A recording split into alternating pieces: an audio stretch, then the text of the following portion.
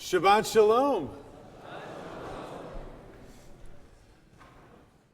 Last week, as the sky was on fire and we couldn't go outside, I found myself sort of reliving some old habits and having a little, perhaps, PTSD from what it was to be in Manhattan at the beginning of the pandemic in 2020. And the question that kept sort of coming and bouncing around in my mind was, how often do I check the news? And then once I found out about that Airflow app, how often do I go and check, the air quality and the air quality at my parents' house and the air quality at my in-laws' house and the air quality where we used to live and the air quality at a place we almost wanted to move to and the air quality everywhere around the country. And, I really wish I didn't have that app on my phone because I knew that I was going to want to look at it all the time. And I don't know what AQI is. I don't know, 150, that's better than 140. I don't know what any of that means. I just know that the darker the color, that seems to be bad, and the lighter the color, that's good, and I'm going to check it 42 times an hour because I want to know what's going on. And I think for a lot of us, this question about how much do we want to know about the potentially horrible things in our lives is an active one. And it's even more active now that we all walk around with little boxes in our pocket that can tell us not only what horrible potential things are happening around us, but every single horrible potential thing that's happening anywhere in the world at any given moment is at my fingertips at any point in time.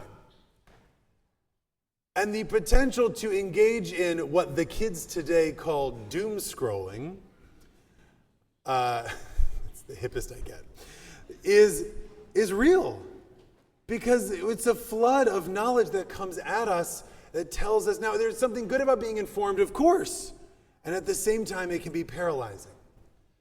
And it's a question that our ancestors faced this morning in the Torah. As Moses and the people look into the land that they have to go and conquer, that God's told them they have to go to, they have this exact same dilemma. It's going to be hard. We know that there are people living there. What's it going to be like? What do we do? And so Moses sends this 12 spies into the land to figure out what it's going to be. And the rabbis are relatively split on whether or not this was a good thing. And they know that it might not be a good thing. Why? Because this is the moment when they come back that God says, that's it, no Israel for the lot of you. 40 years in the desert, I'm so sorry, goodbye. So it's got to be potentially fraught. And the rabbis read into even the phrasing of the term shlach lecha. Right? Rashi and the Talmud say, they emphasize the lecha. That what God is saying is shlach lecha. Moses, if you feel like you got to send some spies in, you go ahead and do it. But I didn't tell you to. It's not for me. But if you feel like you have to, that's okay. And a much later rabbi, the Slonim Rebbe, the Nittivot Shalom, actually says it's a sin. It is a sin to have sent the spies because it shows an utter lack of faith. The Slonim Rebbe basically says, you guys went through the desert. God's raining manna down from on heaven. And you want to know if the produce is good in the land that you're about to go to? What do you care? I'm giving you food from God. It shows a little bit of maybe a lack of gratitude or faith to send spies into the land. And maybe there's something to that we would want to see more faith from the Israelites. And maybe there's something to that in our own world today, to maybe put the phone down and have faith in the people who are looking out for us in the different institutions and the government and the people that are there that know what an AQI is and that they're looking out for it. There's maybe something to that. But Ramban says, no, sending the spies was not only okay, it was the right thing to do. Right? You have to send spies. It's important to send spies. But Ramban notes that Moses didn't send James Bond into the land, right? He didn't send whoever the spies were. Who does he send? He sends the 12 chiefs of the tribes. Right? He sends the higher ups. And Rambam points out that this is also something that happens in the ancient world, but it has a different goal and a different reason. Now, I don't know what Nachmanides' sources are for what life was like in the ancient world, but he was at least 1,000 years closer to it than we were, so we'll give him the benefit of the doubt. Ramban says Canaan is about a 7 days walk from Egypt. And Moses grew up a wealthy Egyptian. He probably had a beach house up in Canaan. He'd been there a bunch of times. He knew what it was like. He doesn't need to send spies in for him to find out, should we take this path or that path or what's it? No. He's got a timeshare. He's fine.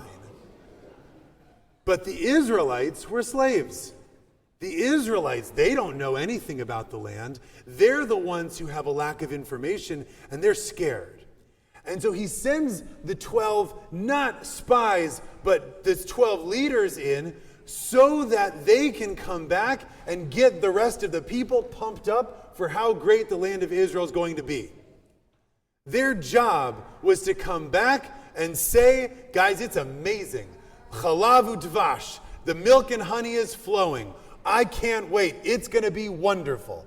And so the sin then, the problem is that they didn't do what they were supposed to do. All but 2. The 10 who come back and say, we can't do it. There's no way. It's going to be awful. The sin, as our Bar Mitzvah pointed out, was their lack of hope and their lack of ownership over their ability to go into the land. And so too when we look at the world around us and we see a lot of scary things and more on the way.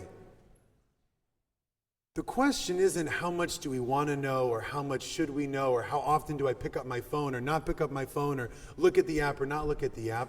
It's what I do after I've picked up the phone. After I've read the 14th thought piece on what climate change means for us and what it's going to do, what do I do then? Because it's our job to have hope as Jews. And it's our job to have hope in this room. I remember once when I was a rabbinical student, I was living in White Plains, New York, and one of my mentors, Rabbi Gordon Tucker, used to give brilliant sermons full of hope over what we're going to do and how we can do it. And then privately, over Shabbos lunch, would basically say, we're all going to die. Sorry for outing you, Gordon. And I once said to him, you seem so sad about what's going on in the world, but when you get up on the bima, I don't hear any of that. Don't you think maybe the people would benefit from you working through some of this out loud? And he said, that's not my job as a rabbi. And I don't know if Gordon Tucker was thinking of Kalev and Joshua in that moment. Probably he's a pretty smart guy. But what he said to me is my job as a rabbi is to make sure that at the end of the day, people walk out with hope, because that's why we're here.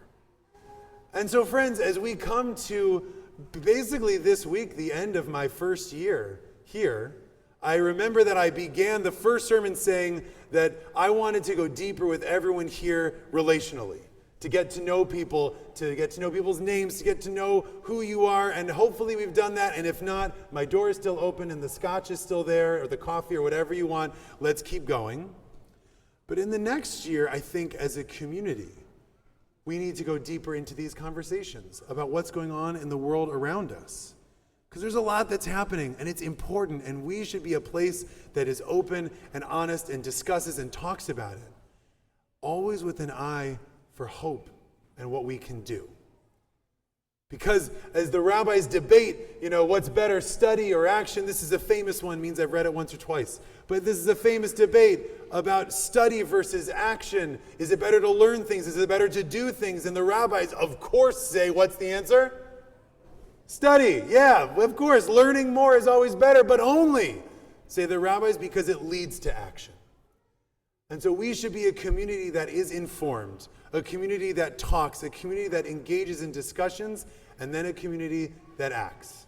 That when we pick up the phone, we think about what's going on, and then the next step is, what can we do? It might be big, it might be small. but it's our job to have hope that things can and will get better. Shabbat Shalom.